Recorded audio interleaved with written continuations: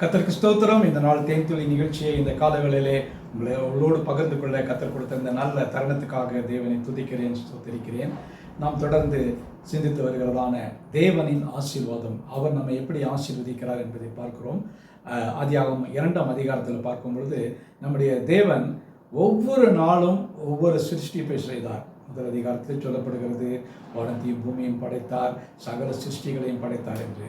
அதன் பின்பு அவர் ஒரு குறிப்பிட்ட நாளை குறித்து அதை ஆசீர்வதித்தார். பார்க்கிறோம், எல்லா நாளும் தேவனால் ஆசீர்வதிக்கப்படக்கூடியதான நாளாக இருக்கிறது. ஆனாலும் கூட ஒரு குறிப்பிட்ட நாளிலே வேதம் சொல்லுகிறது, 2ஆம் அதிகாரம் 3வது வசனத்தில், தேவன் தாம் சிருஷ்டித்து உண்டு பண்ணின தம்முடைய கிரியைகளெல்லாம் முடித்த பின்பு அதிலே ஓய்ந்திருந்தபடியால் தேவன் 7ஆம் நாளை ஆசீர்வதித்து அதை பரிசுத்தமாக்கினார். இந்த 7வது நாளை அவர் ஆசீர்வதித்தார், அந்த நாளை நமக்கென்று பரிசுத்தமாக்கினார். இந்த நாளிலே அவருடைய பிள்ளைகளாக இருக்கிற நாம் இந்த 7ஆம் நாள் என்கிற காரியம் அவருக்கென்று பிரித்து கொடுக்கிறதான ஒரு நாள். நம்முடைய வேதத்தின்படி புதிய ஏற்பாட்டின்படியாக கிறிஸ்தவ மக்களுக்கு ஞாயிற்றுக்கிழமை உயிர்த்தெழுந்த காலை வேளை நமக்கு ஒரு நாளாக இருக்கிறது. அந்த நாளிலே கர்த்தருக்கென்று எல்லா காரியத்தையும் செய்கிறோம். அவருக்கென்று அந்த நாளை விசேஷப்படுத்தி ஆலயத்துக்கு செல்கிறோம், தேவனுடைய வார்த்தையை கேட்கிறோம், அந்த நாளை நாம் செலவழிக்கிறோம்.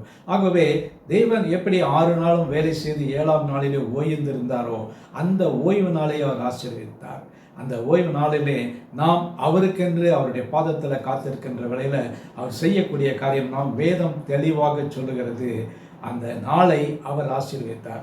ஆகவே அந்த நாளிலே நாம் மிக கவனமாக இருக்க வேண்டும்.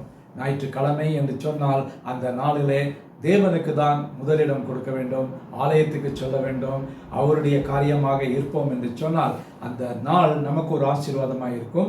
அதை முடித்து நாம் ஒரு புதிய நாளுக்குள்ளாக அடுத்த நாளுக்குள்ள பிரவேசிக்கும் பொழுது, அந்த வாரத்துக்குள்ளாய் பிரவேசிக்கும் பொழுது தெய்வ பிரசன்னம் நம்மோடு கூட வரும். நாம் தொடர்ந்து அந்த ஒரு முழு வாரத்தையும் அவருடைய சன்னிதானத்தில் செலவழிக்க, அவரோடு கூட நடக்க நமக்கு போதிய பலத்தை கொடுக்க வல்லவராக இருக்கிறார். ஆகவே நாம் சிந்தித்து பார்ப்போம். நாள் என்பது முக்கியம் அல்ல, அவர் குறித்திருக்கிற அந்த நாளிலே அவர் ஓய்ந்திருந்தார் என்றது போல ஓய்வு என்பது அது ஒரு ஒரு ரெஸ்ட் எடுக்கிற நாள் அல்ல. நாம் அவருடைய பாதத்தில் காத்திருந்து அவர் நமக்கு கொடுக்கிற ஆசீர்வாதங்களை பெற்றுக்கொள்ளக்கூடியதான நாள். ஆகவே அந்த உயிர் தெழுந்த அந்த நாளிலே ஞாயிற்றுக்கிழமையில் நாம் அவருக்கு ஒரு முக்கியத்துவத்தை கொடுப்போம் என்று சொன்னார். அந்த நாள் நமக்கு ஒரு ஆசீர்வாதமான ஒரு நாளாக இருக்கும். ஆசீர்வாதமான நாளாக கூட நம்மை தேவனால் ஆசீர்வதிக்கப்படக்கூடிய நாளாக இருக்கும். ஜெபிப்போமா. நல்ல ஆண்டவரே, நீர் ஒரு நாளை குறித்து அந்த நாளை விசேஷித்து ஆண்டவரே அந்த நாளில் நாங்கள் ஓய்ந்திருக்கும்படியாக ஆண்டவரே உம்மை குறித்து சிந்திக்க உம்மோடு கூட நாங்கள் ஐக்கியப்பட நீங்கள் கொடுத்த கிருபைக்காக ஸ்தோத்திரம். அந்த நாளை நீங்கள் ஆசீர்வதிங்க ஆண்டவரே. அந்த ஓய்வு நாளை நீங்கள் ஆசீர்வதித்தது போல நாங்களும் அதை கடைப்பிடித்து அந்த நாளிலே நாங்கள் உமக்கென்று சாட்சியாக இருக்க கிருபை செய்யுங்க. மீட்பர் இயேசுவின் நாமத்தில் ஜெபிக்கிறேன் நல்ல பிதாவே, ஆமேன், ஆமேன். கர்த்தர் உங்களை ஆசீர்வதிப்பாராக.